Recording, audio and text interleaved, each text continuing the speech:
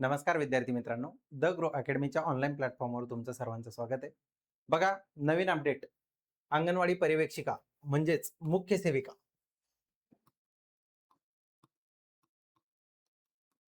लक्षात घ्या. सर्वांसाठी आनंदाची बातमी, विशेष करून महिला ज्या पदासाठी पात्र आहेत अशांसाठी आजचं लेक्चर खूप महत्वाचं असणार आहे. लेक्चर शेवटपर्यंत बघा. बघा, संपूर्ण माहिती अंगणवाडी पर्यवेक्षिका आणि नवीन अपडेट्स लक्षात घ्या. मे 2025 ला सगळ्यांनी फॉर्म भरलेले आहे अंगणवाडी पर्यवेक्षकासाठी. बघा, ही जी पोस्ट आहे ही S13 ची पोस्ट आहे. म्हणजेच तुमचा पे स्केल जो आहे तो S13 असणार आहे. यावर आपण नंतर चर्चा करू. परंतु आजची जी आनंदाची बातमी तुमच्यासाठी आलेली आहे, नागपूर खंड सॉरी नागपूर खंडपीठाचा जो निर्णय आलेला आहे या ठिकाणी, की पहिलं 45 वर्ष वयोगटापर्यंत महिला फक्त यासाठी पात्र होत्या. परंतु नागपूर खंडपीठ, जे मुंबई उच्च न्यायालयाचं खंडपीठ आहे, त्यांनी असा निर्णय दिला आहे की यासाठी वयाची पात्रता आता काढून टाकण्यात आलेली आहे. मग 45 वर्षाच्या वरच्या ज्या महिला आहेत, ज्या आपल्या भगिनी या पूर्ण जागेसाठी पात्र झालेल्या आहे, यासाठी वयाची मर्यादा म्हणजेच निवृत्ती वयाची मर्यादा ही 65 वर्ष आहे. लक्षात घ्या. किती वर्ष? 65 वर्ष.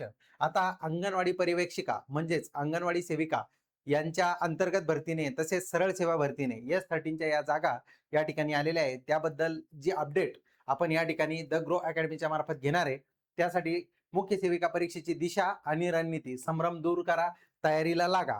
लक्षात घ्या, बऱ्याचशा महिला भगिनी ज्या आहेत आपल्या, त्यांच्या मनामध्ये संभ्रम होता की परीक्षा होईल नाही होईल किंवा या परीक्षेचं नेमकं काय होणार आहे. या सगळ्या गोष्टींचा विचार करून आपण हे आजचे आपलं जे प्राथमिक मार्गदर्शनपर लेक्चर या ठिकाणी आपण ठेवलेलं आहे द ग्रो अकॅडमीच्या ऑनलाईन प्लॅटफॉर्मवर. याचा तुम्हाला नक्कीच फायदा होणार आहे. कोण फॉर्म भरायचा, फॉर्म भरण्याची परत तारीख येणार का, जागा वाढणार का, परीक्षा कशी होणार, परीक्षेसाठी कोणता अभ्यासक्रम असणार, त्याचबरोबर परीक्षेच्या अभ्यासक्रमानुसार त्यामध्ये मार्कांचं डिवायडेशन कसं असणार आणि सुरक्षित मार्क घेण्यासाठी कशी तयारी करायला आपण मार्गदर्शनपर या ठिकाणी हे लेक्चर आपण आज घेत आहोत. लक्षात घ्या, आजच्या ब्रीफिंग म्हणजे काय, की संक्षिप्त माहिती देण्याचं प्रमुख 5 मुद्दे आपण या ठिकाणी डिस्कस करणार आहे, जे की तुम्हाला खूप महत्वाचे असे हे मुद्दे असणार आहे. आपल्या जवळच्या सगळ्या ज्या काही जवळच्या तयारी करणाऱ्या बंधू भगिनी आहेत, बंधू तर आपण या ठिकाणी म्हणू शकत नाही, कारण यासाठी पुरुष हे क्वालिफाय ठेवलेलं नाही. कारण या पदाच्या नावामध्येच मुख्य सेविका किंवा पर्यवेक्षिका म्हणजेच महिलांसाठीच फक्त ही जी भरती आहे ती असणार आहे. जाहिरात आणि नवीन अपडेट्स लक्षात घ्या. सगळ्यात पहिला आपला महत्वाचा मुद्दा म्हणजे जाहिरात या अगोदर आलेली आहे. S13च्या जागा आहे. त्यामध्ये TCSनी भरती प्रक्रियेसाठी फॉर्म सुद्धा तुमच्याकडून भरून घेतलेले आहे. त्यांनी त्या ठिकाणी 45 वर्ष वयोगटाच्या आतील महिलांना फॉर्म भरण्यासाठी मुभा दिलेली होती आणि काही लोक नागपूर खंडपीठात गेल्याच्या नंतर त्यांनी असं सांगितलं की या पदासाठी कोणत्याही प्रकारची वयोमर्यादा न ठेवता सर्वांसाठी फॉर्म भरण्यासाठी या ठिकाणी काय मोकळीक देण्यात आलेली आहे. तर मग लक्षात घ्या, या ठिकाणी आपल्याला जाहिरात जरी आपली जुनी 2025 ची असली, GR मे 2025 चा असला, तरी सुद्धा नव्याने फॉर्म भरण्यासाठी लिंक ओपन होणार आहे. या ठिकाणी लक्षात ठेवण्यासारखा मुद्दा असा आहे की MPSC कंबाईन सरळ सेवेची भरती घेणार आहे. बऱ्याचशा लोकांच्या मनामध्ये साशंकता निर्माण होण्याची शक्यता या ठिकाणी आहे की ही भरती आता MPSC कडे जाणार का, आणि जर MPSC कडे गेली तर TCSनी जो सिलेबस दिलेला आहे तो सिलेबस आपण त्यानुसार तयारी करायची की MPSC तयारी करायची. तर सगळ्यात पहिला मुद्दा, MPSC कडे जर ही जाहिरात गेली किंवा भरती प्रक्रिया गेली तर फॉर्म भरण्यासाठी नवीन लिंक तर ओपन होणार नवीन लोकांसाठी, परंतु ज्यांनी अगोदर फॉर्म भरलेले त्यांना सुद्धा फॉर्म त्या ठिकाणी भरावे लागणार आहेत नव्याने. लक्षात घ्या, जुने जे तुम्ही फॉर्म भरलेले त्याचे पैसे तुम्हाला परत मिळतील, परंतु नव्याने MPSC कडे तुम्हाला फॉर्म भरावा लागणार आहे. अशी ही अपडेट आपल्यासाठी महत्वाची आहे. फॉर्म नव्याने भरल्या जाणार का? आता मी तुम्हाला सांगत होतो की फॉर्म नव्याने केव्हा भरल्या जाणार.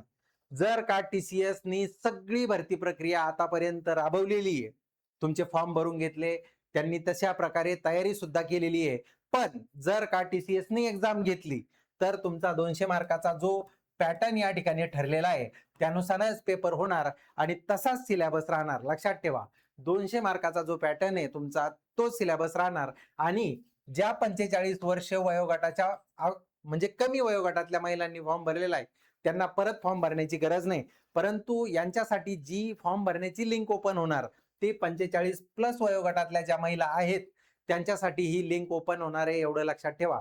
पण जर का परीक्षा ही एमपीएससीने घेतली तर लिंक जी ओपन होणार आहे ती पूर्णपणे सर्वांसाठी ओपन होणार आहे. ज्या महिलांनी फॉर्म टीसीएस कडे भरलेला आहे त्यांचे पैसे परत मिळण्याची व्यवस्था सुद्धा त्यामध्ये केली जाणार आहे. अभ्यासक्रमातील संभाव्य बदल.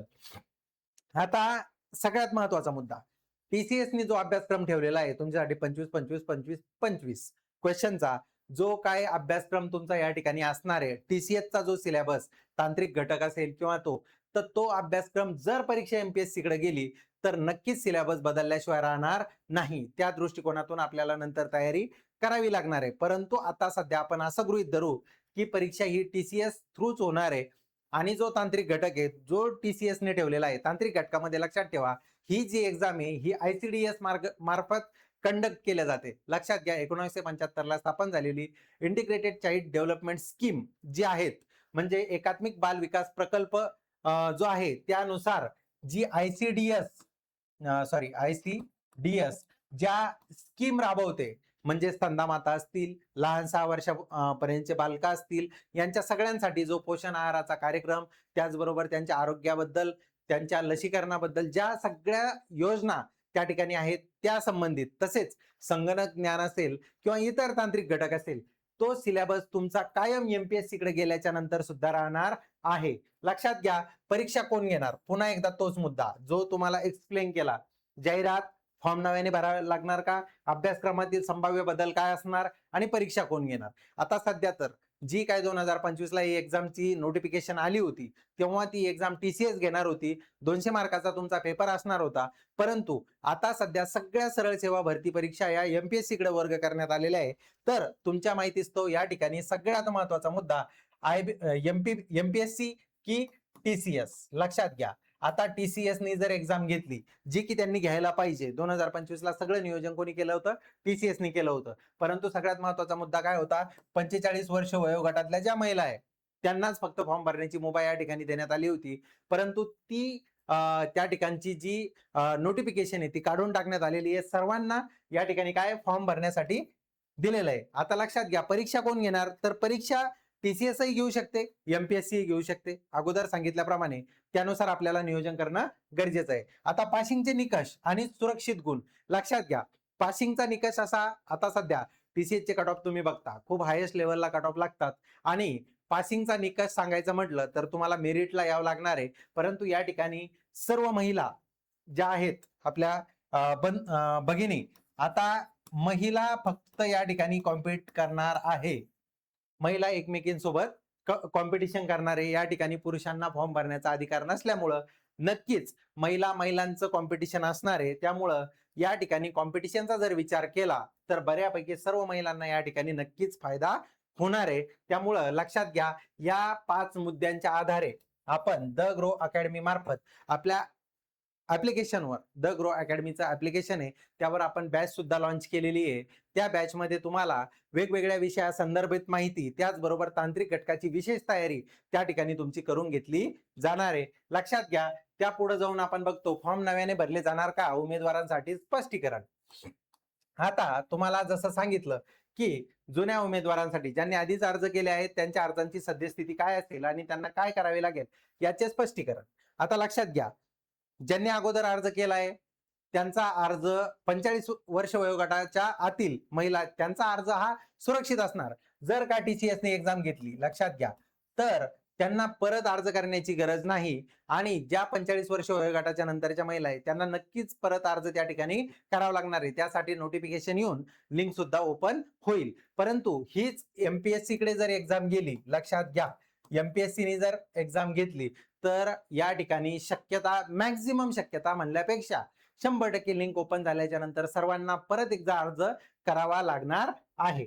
ठीक आहे. नवीन उमेदवार ज्या नवीन जाहिरात आल्यास नव्याने अर्ज करण्याची संधी आणि त्यासाठी आवश्यक कागदपत्रांची तयारी. आता लक्षात ठेवा नव्याने अर्ज करायचा म्हटल्याच्या नंतर नव्याने कागदपत्रांची तयारी चालू वर्षाच्या नुसार तुम्हाला करावी लागणार आहे. त्या ठिकाणी महिला म्हणून त्यांनी त्यांचे कागदपत्र डॉक्युमेंट्स जे काय असतील त्यांच्याकडे त्याची तयारी करणं गरजेची आहे, कारण लवकरात लवकर त्या ठिकाणी नोटिफिकेशन येणार आहे. आणि लक्षात ठेवा, जॉब हा S13 आहे, त्यामुळं कोणी याकडे दुर्लक्ष करू नका. मुख्य सेविका पर्यवेक्षिका एकदम सॉफिस्टिकेटेड असा चांगला जॉब आहे, त्यामुळं तुम्हाला या ठिकाणी सगळ्या तयारीने अधिकृत सूचनेची प्रतीक्षा करा, कागदपत्रे तयार ठेवा. आता त्यांच्या साईटवर किंवा आपल्या द ग्रो अकॅडमी मार्फत आपण वेळोवेळी तुम्हाला मार्गदर्शन करणार आहे. आपल्या अकॅडमी मार्फत तुम्हाला तांत्रिक घटकावर आधारित वेगवेगळे लेक्चर्स या ठिकाणी होणार आहेत.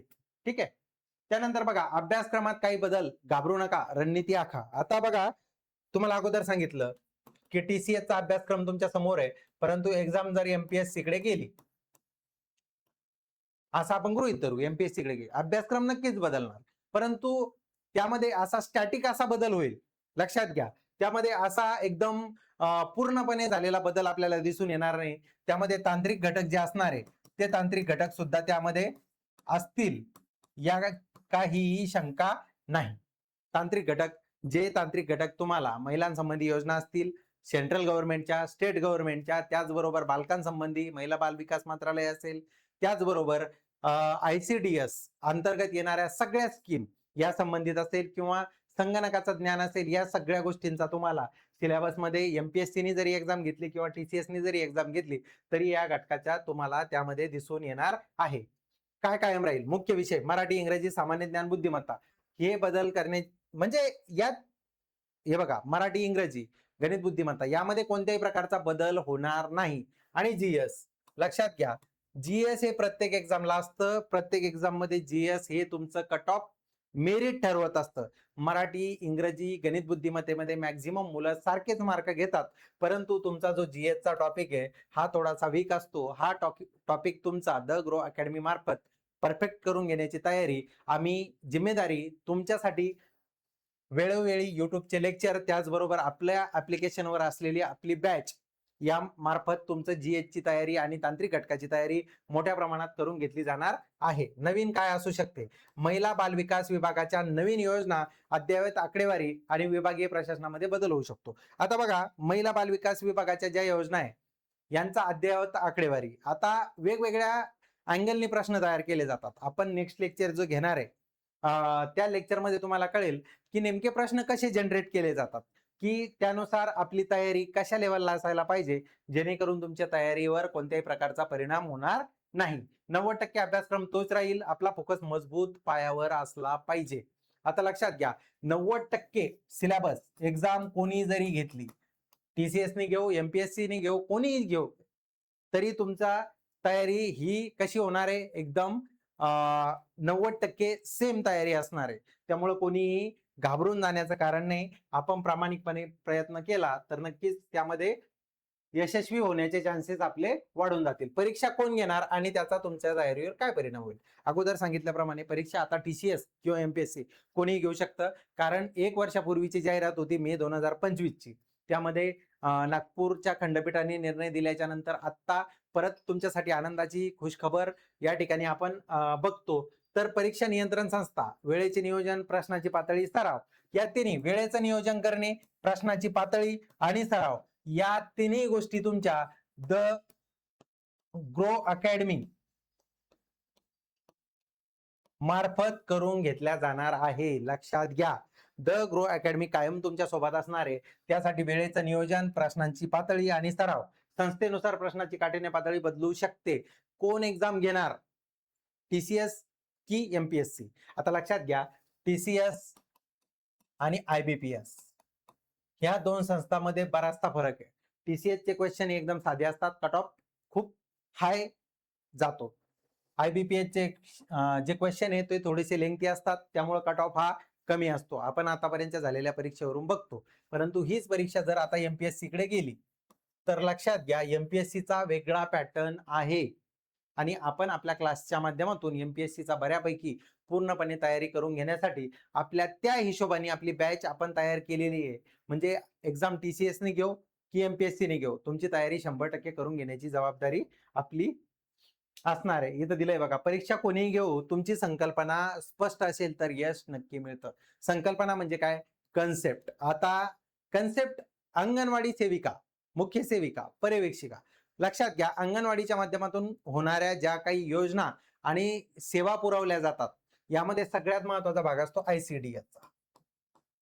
आता ही जी एकात्मिक बाल विकास योजना आहे, या योजनेअंतर्गत येणाऱ्या सगळ्या गोष्टी, तांत्रिक घटक आपण कव्हर केलेला आहे. त्यानंतर बघा, यशाचे लक्ष्य पास होण्यासाठी किती मार्क लागतील? आता एक्झाम कोण घेणार याच्यावर डिपेंड आहे. तुमची एक्झाम जर TCS ने घेतली तर तुम्हाला मिनिमम 90% पर्सेंटाईल, म्हणजे तुमचं जर का 90% वर मार्क मिळत असतील तुम्हाला, म्हणजे 90% म्हणजे 200 गुणापैकी 180 प्लस मार्क, तरच तुमचं सिलेक्शन त्या ठिकाणी होण्याचे चान्सेस वाढतात. आतापर्यंतचे कट ऑफ जर बघितले आपण, तर त्या हिशोबानेच तुमचा कट ऑफ 180 प्लस जाणार, यात काही दुमत नाही.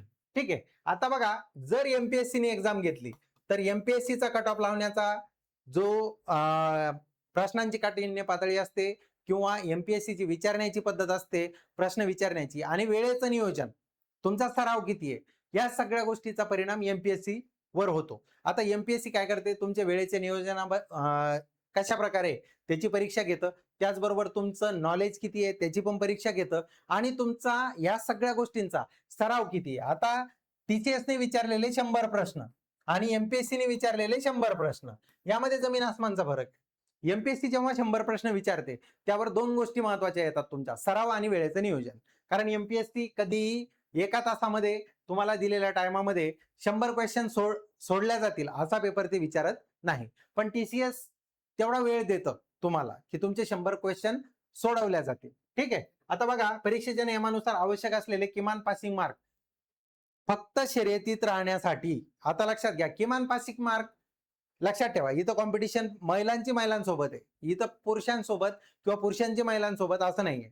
या ठिकाणी आता आजकाल आपण बघतो की कट ऑफचा जर विचार केला तर महिला या टॉपर्स मध्ये असतात, म्हणजे महिलांचा पण असं नाहीये की महिलांची कॉम्पिटिशन फक्त महिलांसोबत आहे म्हणून या ठिकाणी कट ऑफ कमी लागेल, असं होणार नाही. कारण महिलांचा कट ऑफ सुद्धा एकदम हायेस्ट लेवलला असतो. प्रत्यक्ष निवडणूक होण्यासाठी आवश्यक असलेले उच्चांकी गुण, तुमचे लक्ष नेहमी मेरिटवर असले पाहिजे, केवळ पासिंग नाही. आपली एक्झाम जी आहे ती मेरिट बेसवर सिलेक्शन करून देते.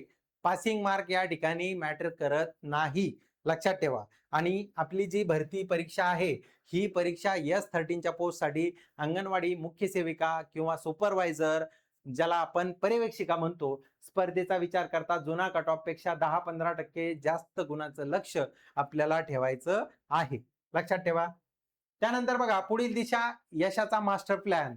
आता जशा जशा अपडेट परीक्षेच्या संदर्भात येतात, त्या अपडेट्स आपल्याला समजून घ्यायच्या आहे. सुधारित अभ्यास करा. आता लक्षात घ्या, जो अभ्यासक्रम बदलणार नाही, कोर सब्जेक्ट आहे मराठी, इंग्लिश, मॅथ, रिझनिंग, हे सब्जेक्ट कधीच बदलणार नाही. मराठी, इंग्लिश, मॅथ, रिझनिंग हे सब्जेक्ट कधी बदलणार नाही. त्याचा कोर सब्जेक्टचा अभ्यास तुमचा एकदम प्रॉपर ठेवा. तुमचं बदलणार काय? टेक्निकल नॉलेज बदलणार, तांत्रिक घटक आणि GS जनरल स्टडी मध्ये जे आहे ते बदलणार. आता अफवांवर विश्वास ठेवून एक्झाम TCS घेणार, MPSC घेणार, यामध्ये बिलकुल वेळ घालू नका.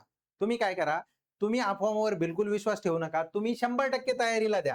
तुमचा कोर सब्जेक्ट जो आहे मराठी, इंग्रजी, गणित, बुद्धिमत्ता, यावर लक्ष ठेवून अभ्यासक्रमाची तयारी सुरू करा. तुम्हाला नक्कीच यश मिळणार. सराव आणि अचूकता, तुम्हाला सांगितलं, वेळेचं नियोजन आणि सराव खूप महत्वाचा. जर परीक्षा MPSC ने घेतली तर तुम्हाला वेळेचं नियोजन पाहिजे आणि सराव हा परफेक्ट असला पाहिजे. अचूकता म्हणजे सिली मिस्टेक या झाल्या नाही पाहिजे. MPSC सिली मिस्टेकला कोणत्याही प्रकारची जागा नाही. जर का तुमची सिली मिस्टेक झाली तर तुम्ही कट ऑफच्या बाहेर जाता, तुम्ही सिलेक्शन लिस्ट मध्ये येत नाही. आणि MPSCचं लक्षात घ्या, MPSC दोन लिस्ट लावत असते, सिलेक्शन लिस्ट आणि रिकमेंडेशन लिस्ट. लक्षात घ्या, तुम्हाला जर रिकमेंड व्हायचं आहे तर तुम्हाला या सगळ्या गोष्टी अपडेट समजून घ्या. लक्षात घ्या, अपडेटसाठी द ग्रो अकॅडमी कायम तुमच्या सोबत आहे. सुधारित अभ्यास करा. सुधारित म्हणजे कसा, की जे कोअर सब्जेक्ट आहे, आता सध्या काय आहे, आपल्याला शंका आहे की TCS एक्झाम घेणार की MPSC, परंतु एक गोष्ट आपल्याला माहिती आहे की मराठी, इंग्रजी, गणित, बुद्धिमत्ता या सगळ्या गोष्टी आपण TCS सुद्धा परीक्षा घेतली तरी आपल्याला गरजेचे आहे, MPSC ने परीक्षा घेतली तरी आपल्यासाठी गरजेचे आहे. सराव आणि अचूकता. परीक्षा घेण्यात नवीन संस्थेच्या पॅटर्ननुसार जास्तीत जास्त सराव चाचण्या सोडवा. आता आपल्याला या ठिकाणी सराव चाचण्या म्हणजे काय, की तुमची प्रॅक्टिस टेस्ट ज्या असणार आहे त्या खूप गरजेच्या असणार आहे. या सगळ्या गोष्टींचा विचार करता अंगणवाडीसाठी जी अपडेट आपल्यासाठी आलेली आहे, ज्या महिला भगिनींनी आपल्यासाठी नागपूर खंडपीठामध्ये एक निवेदन देऊन किंवा आपण काय म्हणतो त्याला कोर्ट केसचा सगळा काय म्हणतात त्याला आपण कोर्ट केस जिंकलेलो आहे, लक्षात घ्या. आणि ज्या 45 वर्ष वयोगटापर्यंतच्या महिला आहे त्यांनी तर फॉर्म भरला, परंतु याच्या वरच्या वयोगटाच्या ज्या महिला आहे, लक्षात घ्या, त्यांच्यासाठी सुद्धा सुवर्ण संधी निर्माण झालेली आहे. त्यामुळे सगळ्यांना पुन्हा एकदा तेच सांगणं आहे की या सगळ्या गोष्टींवर तुम्ही अपडेट समजून घ्या, सुधारित अभ्यास करा आणि या सगळ्या गोष्टीवर तुम्ही लक्ष ठेवायला हरकत नाही. ठीक आहे. तुमचे यश, तुमची तयारी. सगळ्यात महत्वाचा मुद्दा. आपलं जे यश आहे ते तयारीवर डिपेंड असतं आणि ही तयारी करून घेण्यासाठी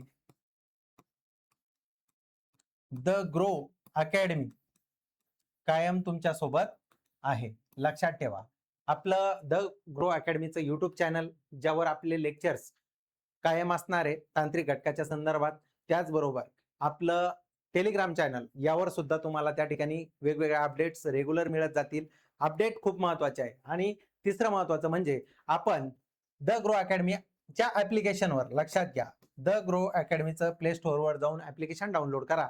त्या ठिकाणी आपण एकदम नाममात्र शुल्कामध्ये अंगणवाडी मुख्य सेविका यासाठी सरळ सेवेतून जी बॅच तयार केलेली आहे त्यावर कोअर सब्जेक्ट मराठी, इंग्रजी, गणित, बुद्धिमत्ता याचे लेक्चर सुद्धा अपलोड केलेले आहे. ती बॅच तुम्ही नक्की जॉईन करा. तुम्हाला नक्की त्या गोष्टीचा फायदा होईल. आणि जे तांत्रिक घटक आहे त्याचे लेक्चर आपले अपलोडिंग करणं चालू आहे.